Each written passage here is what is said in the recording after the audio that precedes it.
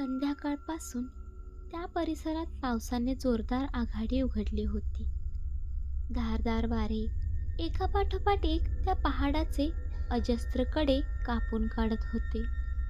पावसाच्या प्रचंड आवेगापुढे दरडी आणि मोठमोठाली खडके कड्याकपारीतून निसटून अवखळपणे नदीपात्रात जलसमाधी घेत होते. हळूहळू गहिऱ्या काळोखाने आपल्या कराल कवेत त्या परिसराला सामावून घेतले. आसमानात कृष्ण पक्षाच्या द्वितीयेची चंद्राची बारीकशी कोर उगवली होती, जी साहजिकच त्या परिसरात प्रकाश देण्यासाठी पुरेशी नव्हती.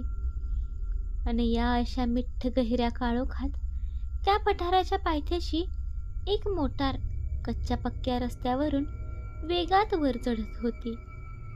या क्षणी ती पठाराच्या एका अंधारलेल्या कोपऱ्यात थांबली आणि त्यातून हाती कुदळ आणि पहार घेतलेल्या दोन आकृत्या बाहेर आल्या. मोटार गाडीची मागील डिक्की उघडत त्यातून त्यांनी एक प्लास्टिकमध्ये गुंडाळून ठेवलेले काहीतरी मानव शरीर सदृश्य बाहेर काढले आणि हळूहळू ते दोघेही हातातील कुदळ आणि पहारीने खड्डा खोदू लागले. नांदुरणी गाव तसे आड बाजूलाच, पण त्याला हवी तशी बदली मिळाली यातच समाधान वाटत होते. गावात एक पोस्ट ऑफिस होते. सकाळी 7 ते 10 पर्यंत किरकोळ दैनंदिन कामे असत. त्यानंतर दिवसाचा पूर्ण वेळ कसा व्यतीत करावा यासाठी हल्ली तो काहीतरी विरंगुळा शोधू पाहत होता. रतनलालचे वाण सामानाचे दुकान शाळेशेजारच्या वस्तीत होते. अधूनमधून फावल्या वेळेत त्याच्या दुकानात त्याची फेरी नेहमीच होत असे. बारीक खोलवर डोळे गेलेला रतनलाल तसा महाकंजूस माणूस. पै जोडून उदास भविष्याची शेखचिल्ली स्वप्न बसल्या बसल्या पाहायला त्याला फार आवडत असत.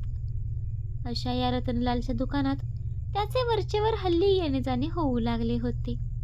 एका संध्याकाळची गोष्ट. गावात अंधार पसरला होता. दुकानात रतनलाल मेणबत्तीच्या उजेडात जुने वर्तमानपत्र वाचत बसला होता. काही किरकोळ वस्तू खरेदी केल्यानंतर पैसे देण्यासाठी तो गेला आणि पलीकडून एक गोरापान हात पुढे आला. त्या अंधुकशा काळोखात मेणबत्तीच्या अल्पप्रकाशात त्याची नजर तो सुंदर चेहरा मनात साठवून घेण्यासाठी धावू लागली आणि अनपेक्षितपणे ती नजर सुद्धा त्याच्यात काहीतरी शोधू पाहत होती याची तीव्र जाणीव त्याला झाली. हळूहळू ती आत दुकानात वळली. इतक्या जहाल सौंदर्याला डावलून रतनलाल सारखा कवडीचुंबक इसम असा अरसिक कसा काय असू शकतो या बाबतीत त्याच्या मनात हळूहळू आंदोलने होऊ लागली. प्रतिसाद अगदीच नगण्य असता तर गोष्ट निराळी असती, पण त्याला लज्जोकडून भरभरून प्रतिसाद मिळू लागला. वेधक आणि गहिऱ्या नजरा, गर्भित इशारे, बेधडक आणि तरीही तितकाच अस्वस्थ करणारा वावर, आणि यावर कहर म्हणजे तिच्या हल्ली वाढलेल्या मादक नजाकती.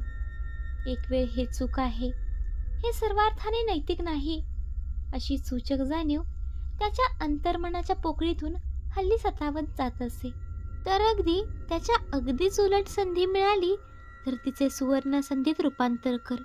सर्वच सज्जन नसतात. पकडले जाण्याच्या भीतीने सुद्धा अनेक जण आलेली संधी नाकारतात. असले विचार हल्ली उसळी मारून येत होते. दुर्दैवाने त्याच्या अंतर्मनावर वासना विजयी ठरली. त्या रात्री लज्जो त्याला भेटण्यासाठी आली होती.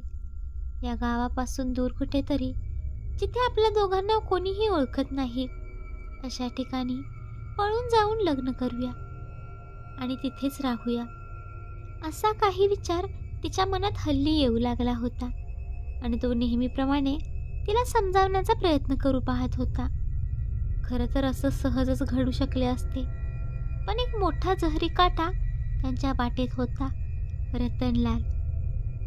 आणि तो मुळासकट काढून फेकला तर आयुष्यभर तहानभूक आठवत कवडी चुंबकासारखं आयुष्य जगलेल्या किडमुड्या रतनलालचा प्रतिकार असा किती असेल.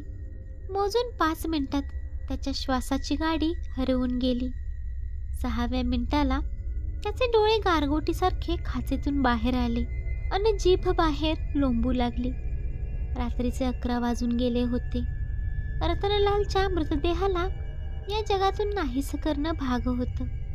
एका मेन कापडात त्याच्या मृतदेहाला लज्जू गुंडाळत होती. पोस्ट ऑफिस समोर एक सरकारी जीप गेले कित्येक दिवस पडून उभी होती. तिच्या चाव्या हल्ली ऑफिसातच असत. ती जीप सुरू केली. इंधन 50 किलोमीटर फिरून येऊ इतपत असावं. पाठीमागच्याच डिक्कीत रतनलालच्या मृतदेहाला टाकत लज्जू आणि तो गावाबाहेरच्या टेकडीच्या दिशेने निघाले. धुवाधार पाऊस कोसळत होता. माती बरीच भुसभुशीत झाली होती. अर्ध्या तासात चांगला 3-4 फूट खोल खड्डा खोदून झाला आणि पुढच्या क्षणाला रतनलाल त्यात कायमचा विसवला. लज्जू आणि त्याचे दिवस आणि रात्री सुखासुखीच्या जात होत्या. दिवसा जरी सर्व काही अलबेलं असलं तरी रात्रीच्या उदानात व्यभिचाराला ऊत येत असे. असे 1-2 महिने पार पडले असतील. त्या रात्रीची ही घटना मात्र त्यांच्या सुसाट चाललेल्या गाडीला थेट लाल दिवा दाखवून देण्यासाठीच घडली असावी. काल रात्रीच्या उगमात मध्यरात्र प्रसवली जात होती. बेभान थंडी पसरली होती आणि रात्रीच्या या अकाल समयी खिडकीवर थाप पडली. कोणीतरी मुद्दाम जोरजोरात खिडकी ठोठावत होतं. अगदी तसाच आवाज. काहीशा नाईलाजाने लज्जू शेजारच्या जागेवरून तो उठला आणि बाहेरच्या हालचालींचा कानोसा घेऊ लागला. कोणीतरी आपल्या कराल नख्या लोखंडी पट्टीवर घासत असावं असा एक विचित्र आवाज कानावर येत होता. हिम्मत करून त्याने दार उघडले. बाहेर रतनलाल उभा होता. अस्ताव्यस्त धूळ मातीने माखलेले कपडे आणि चेहरा. आधीच किरमुड्या असलेल्या त्याच्या शरीराला ओढून तो काटकुळ्या पायांवर धडपड करत उभा होता. उजेडात त्याच्या खोल गेलेल्या डोळ्यातून पांढऱ्या शुभ्र खाचा दिसत होत्या आणि सर्वात महत्त्वाचा बदल म्हणजे त्याची नखे ही अमानवी पद्धतीने धारदार लांब वाढलेली दिसत होती. इतका वेळ बंद असलेल्या दरवाजाचा अडसर दूर झाल्यावर त्याच्या मातकट चेहऱ्यावर छद्मी हास्य फुटले. त्याच्या डोळ्यांच्या खाचातील खोल गेलेली नजर काहीतरी शोधू लागली. आतल्या खोलीत लज्जू झोपली होती. त्याने आपल्या हातांच्या एका फटकाऱ्यातच त्याला झोपवले. ताकदीने मारलेल्या एकाच पंजाच्या फटकाऱ्यात त्याची पूर्ण पाठ सोलून निघाली होती. कपडे फाटले होते आणि तो जमिनीवर मुश्किलीने श्वास घेण्यासाठी तडफडू लागला होता. हळूहळू रतनलाल आत शिरला. अर्धवट झोपेच्या ग्लानीत असलेल्या लज्जूला कदाचित थोडीफार जाग आली असावी. तिचे डोळे भिरभिरू लागले होते. पुढच्या क्षणाला तो तिच्या शेजारी आडवा झाला आणि त्याने आपली धारदार नखे तिच्या कमरेवरती फिरवली. तिने हळूच डोळे उघडले. दाढी केसाचे जंजाळ वाढवून शरीराला एका प्रकारे अनामिक दुर्गंधी सुटलेला रतनलाल तिच्या शेजारी बसलेला तिला दिसला. तिला धोक्याची जाणीव झाली. ती अर्धवट झोपेत कसायाच्या तावडीत मान सापडलेल्या शेळीसारखी ओरडली, पण प्रतिकार व्यर्थ होता. रतनलालने ती धारदार नखे तिच्या ओटीपोटात घुसवली. रक्ताचे ओघळ जमिनीवर वाहू लागले होते आणि तो नराधम रतनलाल त्यानंतर ते रक्त प्राशन करण्यासाठी जमिनीवर आडवा झाला. सोड, जाऊ दे, आम्हाला माफ कर. जोरजोरात झोपेत ओरडत असलेल्या त्याला पाहून लज्जू उठली. कदाचित भयंकर स्वप्न पडले होते, कारण दार बंद होते. लज्जू सुद्धा व्यवस्थित दिसत होती आणि रतनलालचे कोणतेही अस्तित्व तिथे दिसून येत नव्हते. आदल्या रात्री असा भयानक स्वप्न पडले असल्याने त्याला दुसऱ्या दिवशी सकाळपासूनच एकंदरीत वातावरण उदास आणि धुसर वाटत होते. रतनलालच्या घरातून काही टाय सूट घातलेली माणसे बाहेर पडताना दिसली. आता ही कोण? तर कवडी चुंबक रतनलालने स्वतःचा 10 लाखांचा जीवन विमा उतरवला होता आणि तो दावा सिद्ध करण्यासाठी रतनलालच्या विधवेने म्हणजेच लज्जूने त्यांना बोलावले होते. किती मूर्खासारखे वागणार. आता रतनलालच्या विम्याचे पैसे हवे असतील तर अगोदर रतनलाल कसा मेला हे सिद्ध करायला नको का? साहजिकच पोलीस चौकशी होणार आणि इतके दिवस लपवून ठेवलेला बनाव उघडा पडणार. आपण दोघीही अडकणार. तो रागारागाने लज्जूला बोलू लागला. मला काही माहीत नाही.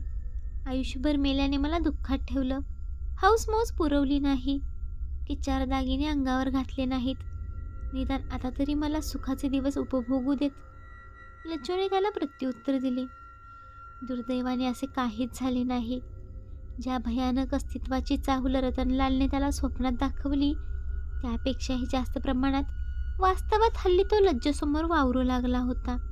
स्वप्न, भास, विचार आणि वास्तव यात तो तिला जहरी छळू लागला होता. लवकरच तिचे मानसिक संतुलन बिघडले. स्वप्नात रतनलालने केलेल्या मारहाणी आणि जखमांच्या खुणा वास्तविकतेत तिच्या अंगावर उमटू लागल्या. तिच्या गोऱ्यापान देहावर क्रूरतेची छाया स्पष्टपणे पसरलेली दिसू लागली. तिला दिवस रात्रीचे भानही राहिले नव्हते. कायमच ती वेड्यासारखी वागून फिरू लागली. लोकांना वाटले पतिवियोगाचे अतीव दुःख तिला सहन झाले नसावे. तिची रवानगी जिल्ह्याला वेड्यांच्या इस्पितळात केली गेली. पश्चातापाचे ढग हल्ली जास्तच गडद होऊ लागले होते. त्यात हल्ली रतनलाल स्वप्नातला पाठलाग सोडून बिनधास्तपणे वास्तविकतेत प्रकट होऊ लागला होता. अगोदरच रतनलालच्या गायब होण्यामागे त्याचा हात असावा असा संशय लोकांना होता. तो त्याच्या विचित्र वागणुकीमुळे हल्ली दृढ होऊ लागला होता. त्या रात्री काहीतरी ठरवून या प्रकरणावर कायमचा पडदा टाकावा असा निर्णय घेत तो त्या टेकडीवर गेला. रतनलालला गाडल्याची जागा उकरून तो काढू लागला आणि महत्प्रयासाने ती जागा उकरण्यात त्याला यश आले. रतनलालच्या हाडामासाला ठिकठिकाणी गळती लागली होती. रात्रीच्या चंद्रप्रकाशात रतनलालचा निस्तेज चेहरा अधिकाधिक पांढरा फटक दिसू लागला. त्याचे कलेवर अजूनही तिथेच निपचिप पडले आहे याची खात्री केली गेली आणि पुढच्याच क्षणाला त्या हाडाच्या सापळ्यातून करकरणारा एक हात बाहेर आला आणि त्याने त्याच्या पायाला घट्ट जखडून ठेवले. त्या जीवघेण्या पकडीतून सुटण्यासाठी कितीतरी वेळा हातातील भारीचे प्रहार त्याने त्या सापळ्यावर केले, पण सगळेच व्यर्थ. बहुतेक त्याने स्वतःच्याच पायावर प्रहार केला होता. रक्ताच्या चिळकांड्या उडल्या होत्या आणि यावर कहर म्हणजे शेजारच्या एका खडकाला टेकलेला रतनलाल जहरी हास्य हसत बसला होता. लांबूनच कोणीतरी आपला पाठलाग करत आहे याची शंका त्याच्या मनात येत होती आणि ती शंका खरी ठरली. दुरूनच हातात बंदुका घेतलेल्या 4 पोलिसांचे पथक गस्ती कुत्र्यांसोबत त्याच्या मागावर होते. दुरूनच त्यांच्या विजेरीतून येणारे लांब प्रकाशझोत त्याच्या चेहऱ्यावर येत त्याचे डोळे दिपवून टाकत होते. विमा प्रकरणात पोलीस तक्रार झाली असावी आणि या प्रकरणात मुख्य संशयित म्हणून त्याच्यावर पोलिसांनी पाळत ठेवली होती. हातात बेड्या पडलेला तो जड पावलांनी हळूहळू पोलिसांच्या गाडीत बसला. दूर एका कोपऱ्यात उभा राहून रतनलाल छद्मीपणे हसत होता. कोणीतरी खरंच सांगितलं असावं, एक वेळ कॅन्सर बरा होऊ शकेल, पण अनैतिक संबंधांचा शेवट कधीच बरा होत नाही.